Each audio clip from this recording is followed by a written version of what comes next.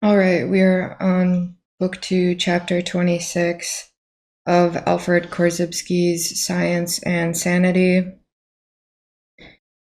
The title of this chapter is On Consciousness and Consciousness of Abstracting. And we begin with a quote from Alfred North Whitehead. "But a felt contrary is consciousness in germ. Consciousness requires more than the mere entertainment of theory. It is the feeling of the contrast of theory as mere theory with fact as mere fact. This contrast holds whether or no the theory be correct. A language, to be most useful, should be similar in its structure to the structure of the events which it is supposed to represent. The language of abstractions of different orders appears to be satisfactory in point of structure. It is a non-elementalistic language, since it does not discriminate between senses and mind. It is a functional language, since it describes by implication what is going on in the nervous system when it reacts to stimuli. It is a language which can be made as flexible and as sharp as desired, thus making it possible to establish sharp verbal differences of both horizontal and vertical type between the terms man and animal. The last semantic characteristic of potential sharpness is extremely important for a theory of sanity. Evidence of 1933 leads us to conclude that, under the influence of external stimuli, the most primitive and simplest form of life were molded, transformed, and influenced in the process of survival and therefore of adjustment. In this way, more and more complex structures evolved. It should be emphasized that organisms represent functional units and that an additive change in structure does not necessarily involve a simply additive change in function. By physico-chemical, structural colloidal necessity, the organism works as a whole. Being a relative whole, any additive structural factor becomes a reactive and functional factor which influences the working of the whole. This is perhaps best illustrated by the boy who was born without a cortex, but with no other obvious defects. He was incomparably more helpless and unadjusted than animals who have no cortex, or even no nervous system at all. Although we could speak in additive terms of the difference between this boy and a normal boy, as one having no cortex and the other plus a cortex, yet the functioning was so different as not to be expressible in a plus language. Similar remarks should be generalized to all life.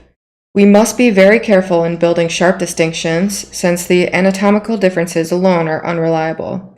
If we want to have more reliable differences, we should look for functional differences. We have already discovered functional differences that are expressed by the horizontal and by the vertical differences between the abstracting capacities of Smith and Fido. The analysis of these differences is the subject of the present chapter. Thought represents a reaction of the organism as a whole, produced by the working of the whole and influencing the whole. From our daily experience, we are familiar with what we usually denote as being conscious. In other words, we are aware of something, be it an object, a process, an action, a feeling, or an idea. A reaction that is very habitual and semi-automatic is not necessarily conscious. The term consciousness, taken separately, is not a complete symbol. It lacks content, and one of the characteristics of consciousness is to have some content. Usually the term consciousness is taken as undefined and undefinable because of its immediate character for every one of us. Such a situation is not desirable, as it is always semantically useful to try to define a complex term by simpler terms. We may limit the general and undefined term consciousness and make it a definite symbol by the deliberate ascribing of some content to this term. For this consciousness of something, I take consciousness of abstracting as fundamental. Perhaps the only type of meaning the term consciousness has is covered by the functional term consciousness of abstracting, which represents a general process going on in our nervous system. Even if this is not the only type of meanings, the term consciousness of abstracting appears to be of such crucial semantic importance that its introduction is necessary. The term consciousness, because of its hitherto undefined and traditionally undefinable character, did not allow us further analysis. Neither did we have any workable educational semantic means to handle the vast field of psychological processes which this incomplete symbol indicated. If we now select the term consciousness of abstracting as fundamental, we not only make the last symbol complete by assigning functional content to it, but we also find means to define it more specifically in simpler terms. Through understanding of the processes, we gain educational means of handling and influencing a large group of semantic psychological reactions. Let us analyze this new term by aid of the diagram called the structural differential referred to in the previous chapter. Here, the object, OH, represents a nervous abstraction of a low order. In this abstracting, some characteristics of the event were missed or not abstracted. These are indicated by the not connected lines, B', when we abstracted from our object further by coining a definition or ascribing meanings to the label L, again, we did not abstract all the characteristics of the object into the definition, but some characteristics were left out as indicated by the lines B'. In other words, the number of characteristics which we ascribe to the label by some process of knowing or wanting or needing or interest, etc., does not cover the number of characteristics the object has. The object has more characteristics than we can include in the explicit or implicit definition of the label for the object.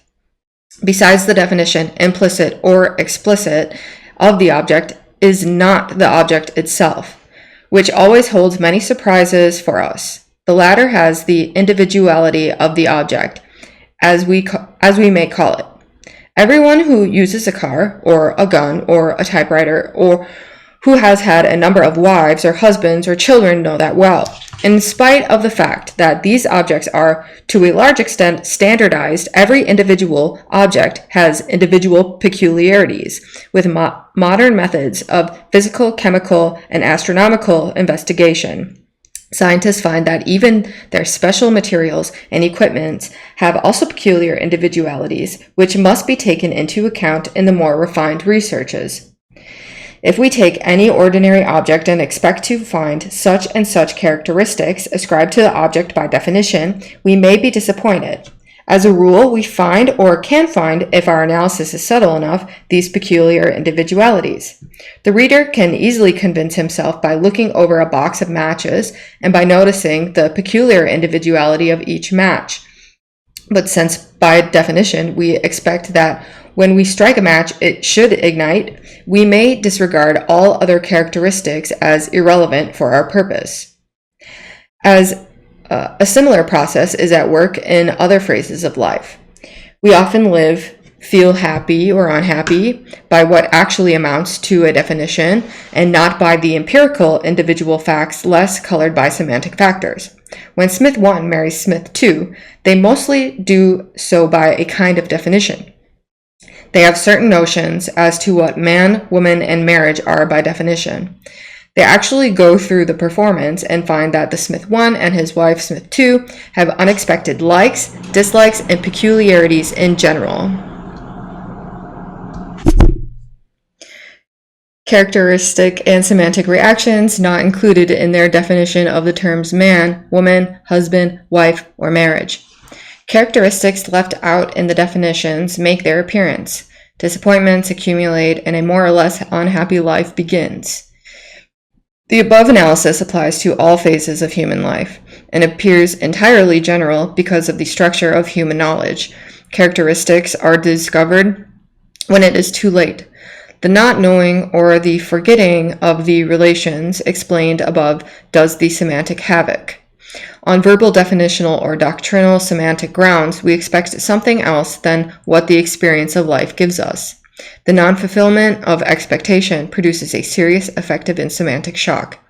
If such shocks are repeated again and again, they disorganize the normal working of the nervous system and often lead to pathological states. An indefinitely large number of experimental facts fully support the above conclusion. Many of them have been supplied during the World War.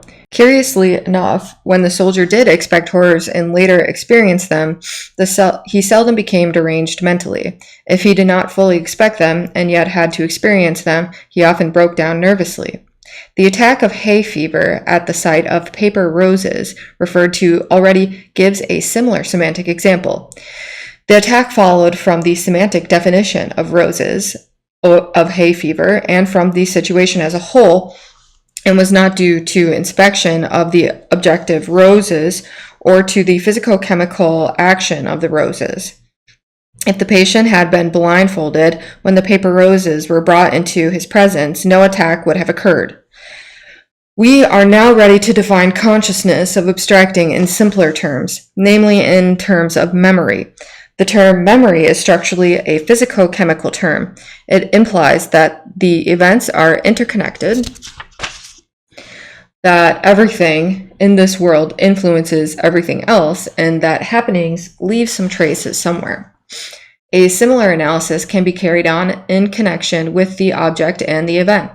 Briefly, the object represents structurally an abstraction of some order, does not and cannot include all the characteristics of the event, and so again, we have some characteristics left out as indicated by the lines B'.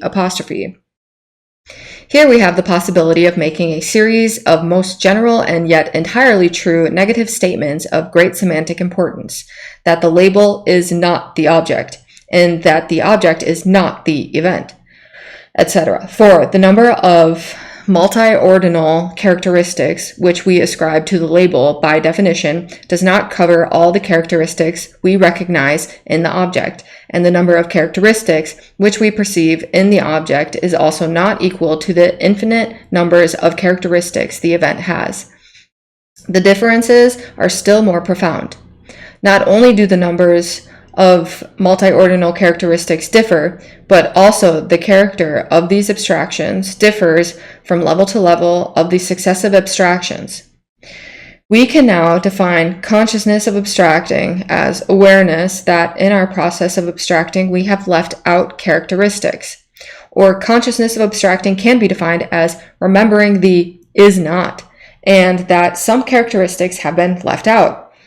It should be noticed that in this formulation, with the aid of the structural differential, we have succeeded in translating a negative process of forgetting into a positive process of remembering the denial of identity that characteristics are left out.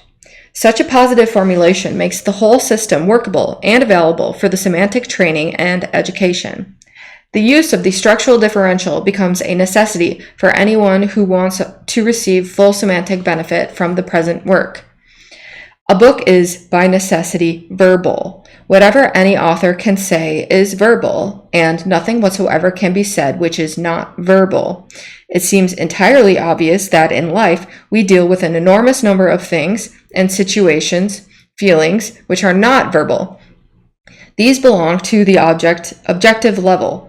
The crucial difficulty is found in the fact that whatever can be said is not and cannot be on the objective level, but belongs only to the verbal levels. This difference, being inexpressible by words, cannot be expressed by words. We must have other means to indicate this difference. We must show with our hands by pointing our finger to the object and by being silent outwardly as well as inwardly, which silence we may indicate by closing our lips with the other hand. The verbal denial of the is of identity covers this point, also when shown on the differential. If we burst into speech based on the is of identity, as we usually do, we find ourselves obviously on the verbal levels indicated by the labels L, L1, L2, and so on till Ln, but never on the objective level OH. On this last level, we can look, handle, but must be silent. The reason that we nearly all identify the two levels is that it is impossible to train an individual in this semantic difference by verbal means alone, as all verbal means belong to the levels of labels and never to the objective, unspeakable levels. With a visual and tactile actual object and labels on the structural differential to point our finger at, handle, etc., we now have simple means to convey the tremendously important semantic difference and train in non-identity. We should notice that the consciousness of abstracting, or the remembering that we abstract in different orders with omission of characteristics, depends on the denial of the is of identity and is connected with limitations or non-allness, so characteristic of the new non-systems. The consciousness of abstracting eliminates automatically identification or confusion of the orders of abstractions, both applying to the semantic confusion on all levels. If we are not conscious of abstracting, we are bound to identify or confuse the object with its finite number of characteristics, with the event, with its infinite number of different characteristics. Confusion of these levels may misguide us into semantic situations ending in unpleasant shocks. If we acquire the consciousness of abstracting and remember that the object is not the event and that we have abstracted characteristics fewer than and different from those the event has, we should expect many unforeseen happenings to occur. Consequently, when the unexpected happens, we are saved from painful and harmful semantic shocks. If, through lack of consciousness of abstracting, we identify or confuse words with objects and feelings, or memories and ideas with experiences which belong to the unspeakable objective level, we identify higher order abstractions with lower. Since this special type of semantic identification or confusion is extremely general, it deserves a special name. I call it objectification because it is generally the confusion of words and verbal issues, memories, ideas, etc., with objective, unspeakable levels, such as objects or experiences or feelings, etc. If we objectify, we forget or we do not remember that words are not the objects or feelings themselves, that the verbal levels are always different from the objective levels. When we identify them, we disregard the inherent differences, and so proper evaluation and full adjustment become impossible. Similar semantic difficulties arise from the confusion of higher order abstractions. For instance, the identification of inferences with descriptions. This may be made clear by examples. In studying these examples, it should be remembered that the organism acts as a whole and that emotional factors are, therefore, always present and should not be disregarded. In this study, the reader should try to put himself emotionally in the place of the Smith we speak about. Then he cannot fail to understand the serious semantic disturbances these identifications create in everybody's life. Let us begin with a Smith who knows nothing of what has been said here and who is not conscious of abstracting. For him, as well as for Fido, there is in principle no realization of the characteristics left out. He is emotionally convinced that his words entirely cover the object, which is so and so. He identifies his lower abstractions with characteristics left out, with higher abstractions which have all characteristics included. He ascribes to words an entirely false value and certitude which they cannot have. He does not realize that his words may have different meanings for the other fellow. He ascribes to words emotional objectivity and value, and the verbal Aristotelian permanence, definiteness, one value, etc. to objects. When he hears something that he does not like, he does not ask, "What do you mean?" But under the semantic pressure of identification, he ascribes his own meanings to the other fellow's words. For him, words are emotionally overloaded, objectified semantic fetishes. Even so, to the primitive man who believed in the magic of words.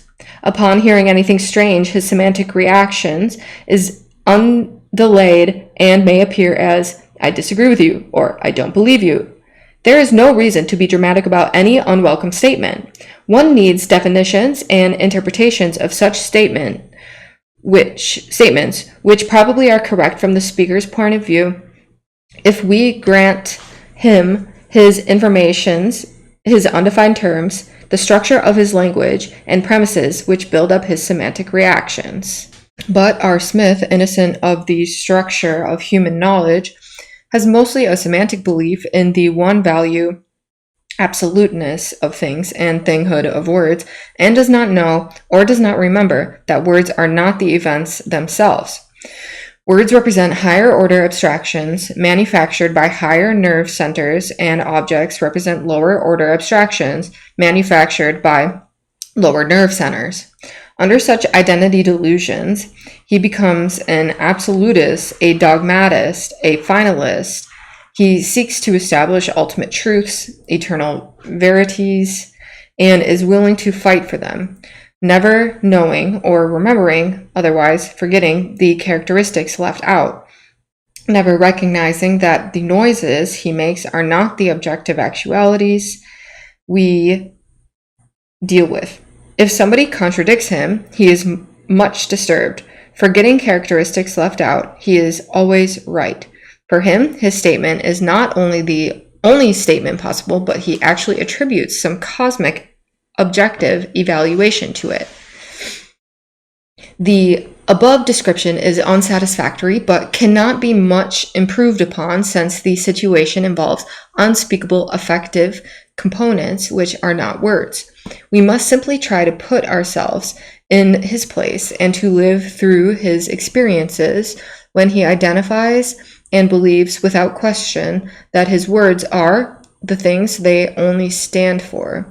To give the full consequences of such identification resulting in wrong evaluation, I must add some most tedious descriptions of the interplay of situations, evaluations, etc. in quarrels, unhappinesses, disagreements, leading to dramas and tragedies, as well as to many forms of mental illness effectively described only in the Bell's letters.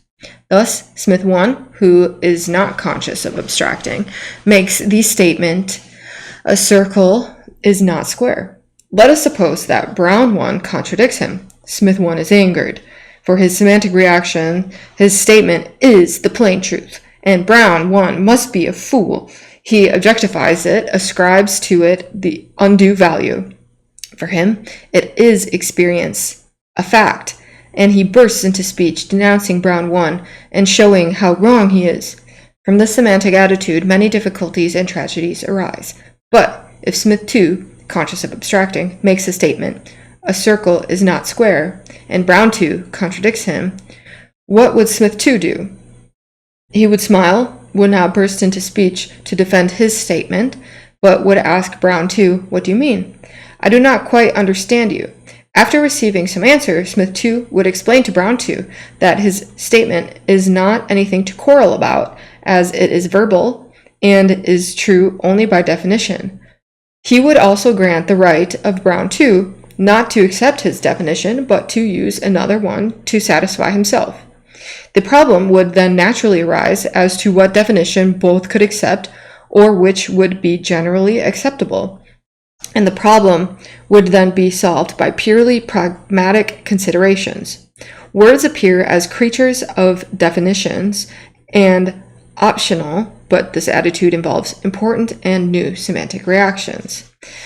This fact seems of tremendous semantic importance as it provides the working foundation for a theory of universal agreement. In the first part of the above example, Smith 1, according to the accepted standards, was right. A circle is not a square. Is he more right than Brown 1, for whom the circle is square? Not at all. Both statements belong to the verbal level and represent only forms of representation for semantic reactions inside their skin. Either way, either may be right by some explicit or implicit definitions. Are the two statements equally valid? This we do not know a priori. We must investigate to find out if the noises uttered have meanings outside of pathology, or which statement structurally covers the situation better, carries us structurally further in describing and analyzing this world, etc. Only scientific structural analysis can give the preference to one form over another. Smith and Brown can only produce their definitions according to their semantic reactions, but they are not judges as to which definitions will ultimately stand the test of structure. The moment we eliminate identification, we become conscious of abstracting and permanently and instinctively remember that the object is not the event, that the label is not the object, and that a statement about a statement is not the first statement. Thus, we reach a semantic state where we recognize that everybody is right by his own definitions, but any individual or unenlightened public opinion is not the sole judge as to what definitions and what language should prevail. Only a structural investigation, science, can decide which appears as the structurally more similar form of representation on the verbal levels for what is going on the unspeakable objective levels. When it comes to description of facts, the situation is not fundamentally altered. Mistakes seem always possible and often occur. Besides the semantic impressions which facts make on us are also individual and often in conflict, as comparison of the testimonies of eyewitnesses show. But there is no need for permanent disagreement. More structural investigation of the objective and verbal levels will provide a solution. Once such an investigation is carried far enough, we can always reach a semantic basis where all may agree, provided we do not identify, do not objectify, and do not confuse description and inference, descriptive and inferential words, etc.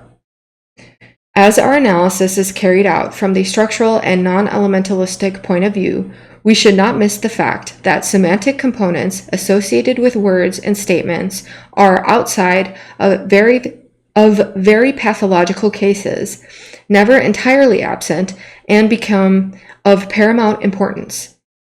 In the older days, we had no simple and effective means by which we could effect painful, misplaced, or disproportionate evaluations, meanings, through a semantic re-education, which are supplied by the present analysis and the use of the structural differential.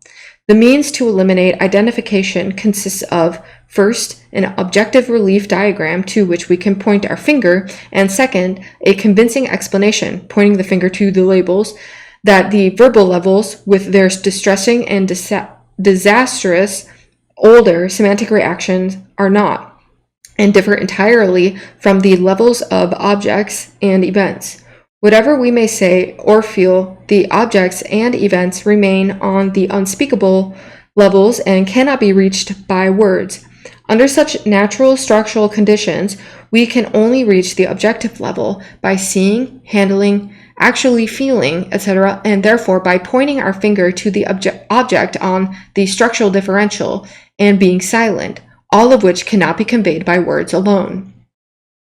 In experiments with the mentally ill in whom the semantic disturbances were very strong, it took several months to train the patients in non-identity and in silence on the objective levels, but as soon as this was achieved, either complete or partial relief followed.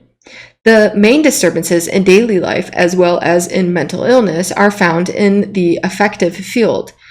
We find an internal pressure of identifications expressed by bursting into speech and unjustified semantic over-evaluation of words, the ascribing of objectivity to words, etc. In such cases, suppression or repression of words does not accomplish much, but often does considerable harm and must be avoided by all means. Under such conditions, the use of the relief diagram becomes a necessity in pointing to the difference between different orders of abstractions and inducing the semantically beneficial silence on the objective level without repression or suppression. With the use of the structural differential, we can eliminate identification and so attain the benefits, avoiding the dangers. If anyone identifies and his semantic reactions drive him into an outburst of speech, we do not repress or suppress him. We say instead, at your pleasure, since it makes him feel better, but remember that your words occur on the verbal levels, showing with a gesture of the hands the hanging labels. and that they are not the objective level, which remains untouched and unchanged.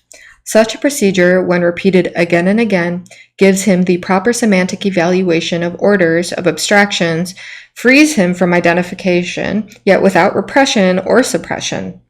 It teaches him also to inquire into alleged facts and then to try to find structurally better forms of representation.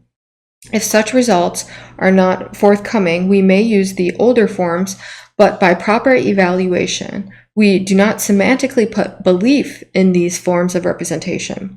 Such beliefs always appear as the result of identification somewhere. The technique of training is simple. We live on the objective or lower order of abstraction levels, where we must see, feel, touch, perform, but never speak. In training, we must use our hands.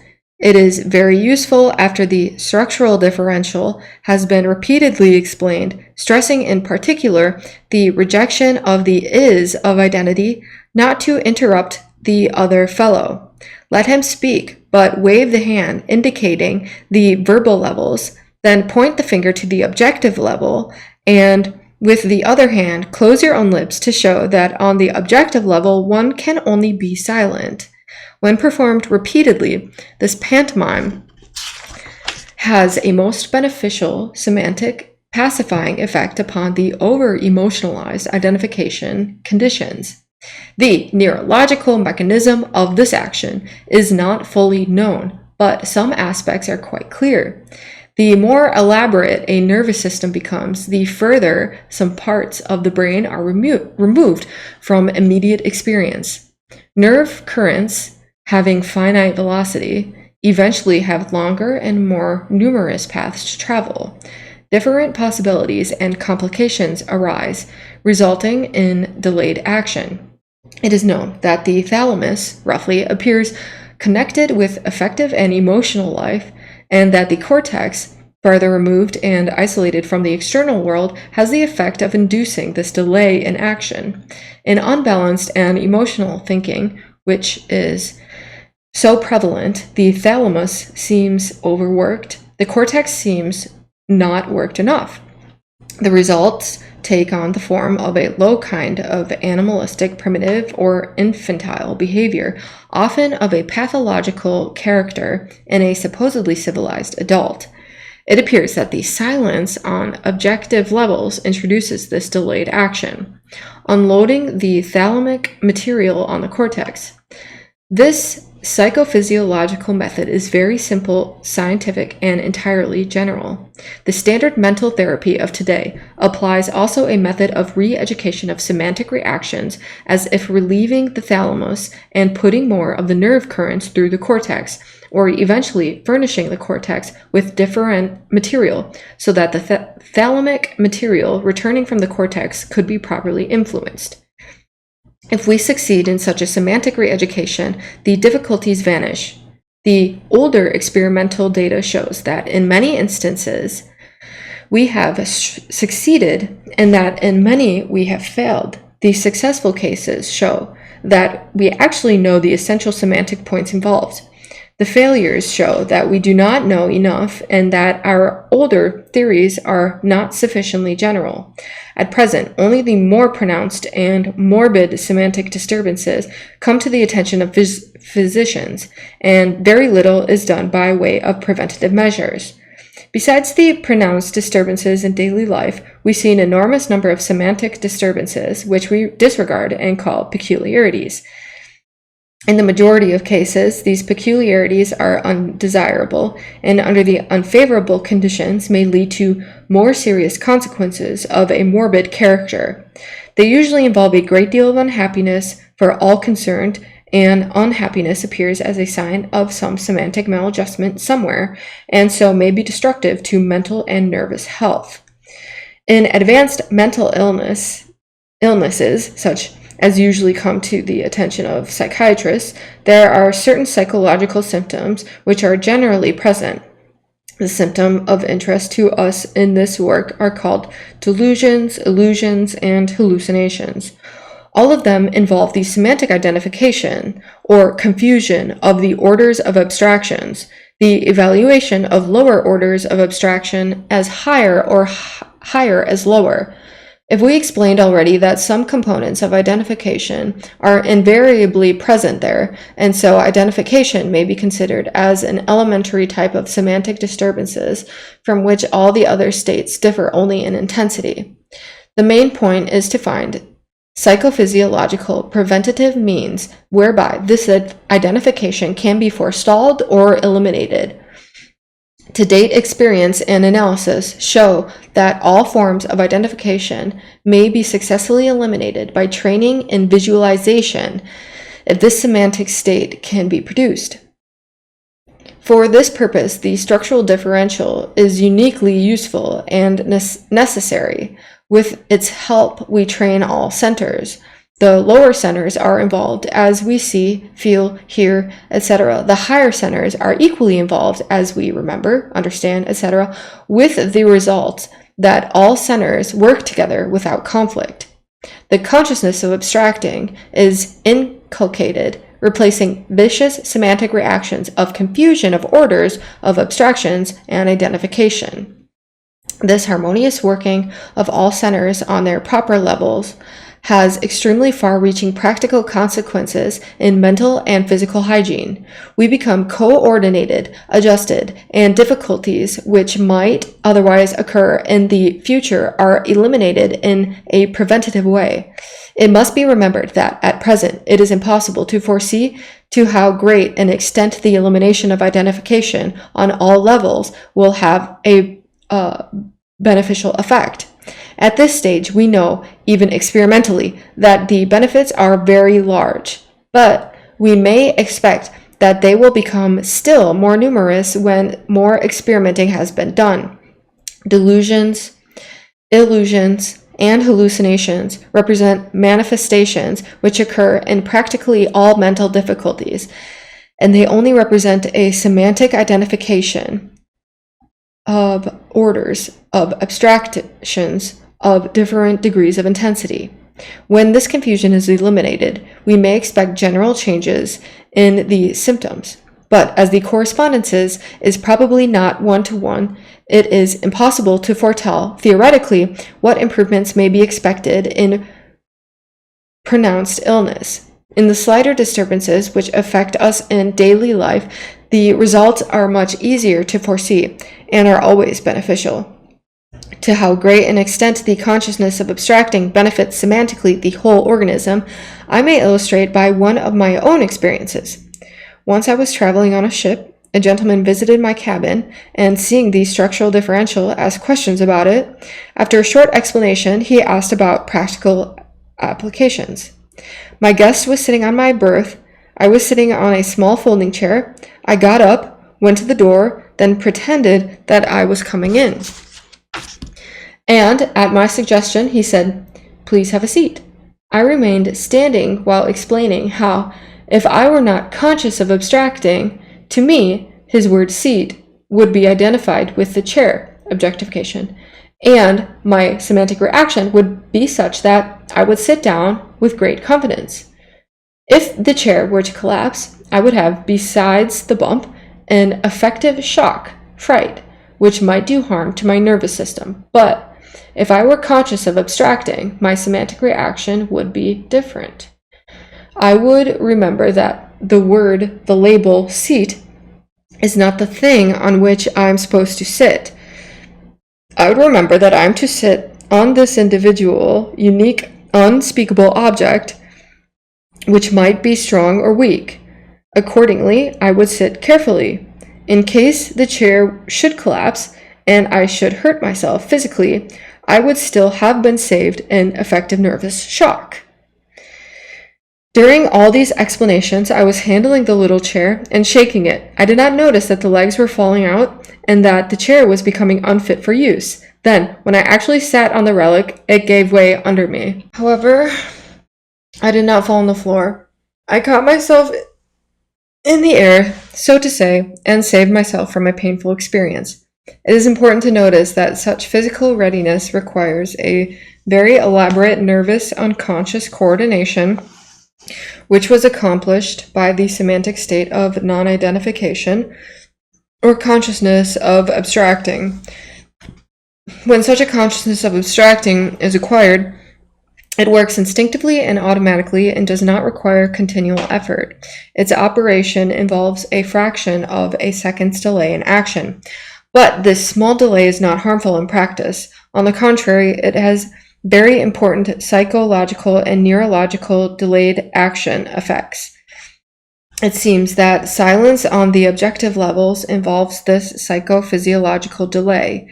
No matter how small, it serves to unload the thalamic material in the cortex. In a number of clinical cases, Dr. Philip S. Graven has demonstrated that the moment such a delay can actually be produced in the patient, he either improves or is entirely relieved.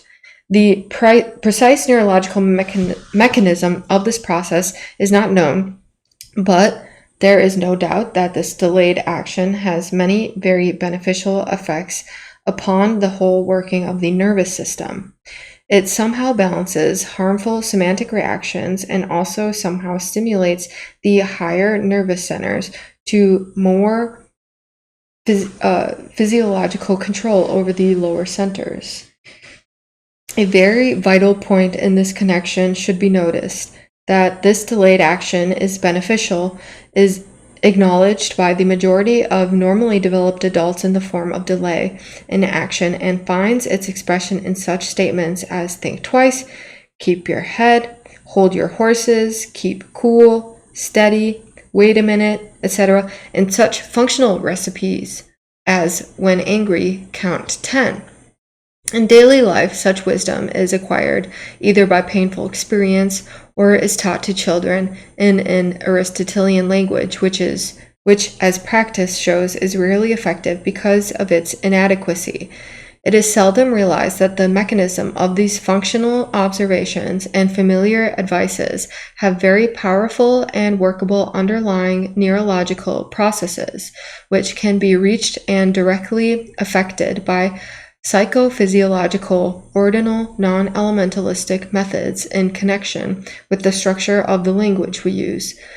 Thus, under an infantile Aristotelian and prevailing system, we use and teach our children a language involving the is of identity, and so we must confuse orders of abstractions, preparing for ourselves and the children the harmful semantic predispositions for bursting into speech, instead of wait a minute, which neurologically means abusing our thalamus and keeping our cortex unemployed. In a non-Aristotelian, infinitely valued system, we reject the is of identity. We cannot confuse orders of abstractions. We cannot identify words with the unspeakable objective levels or inferences with descriptions, and we cannot identify the different abstractions of different individuals. The semantic state of proper evaluation results in discrimination between the different orders of abstractions. An automatic delay is introduced. The cortex is switched completely into the nervous circuit. The semantic foundation is laid for higher mentality and emotional balance. We have already had occasion to mention the mechanism of projection in connection with identification as a semantic state of effective ascribing of lower center characteristics to higher order abstractions and vice versa, and in connection with the introverted and extroverted attitudes. Likewise, we have already reached the conclusion that a well-adjusted and therefore well-balanced individual should be neither of the extremes, but a balanced extroverted introvert. By training with the differential, this important semantic result may be brought about. By training with the object on its level, we become extroverted, and we learn to observe. This results in semantic freedom from preconceived ideas, such as we have when we start with the evaluation label first and object next, instead of the natural order object first and label next. By passing in higher order abstractions and evaluating the successive ranks of labels, we train in introversion. The result as a whole is that we may achieve the desirable and balanced semantic state of the extroverted introvert. That in the training with the differential, we use all available nerve centers is beneficial because the lower centers are in closer connection with the vegetative nervous system than are the others. Okay.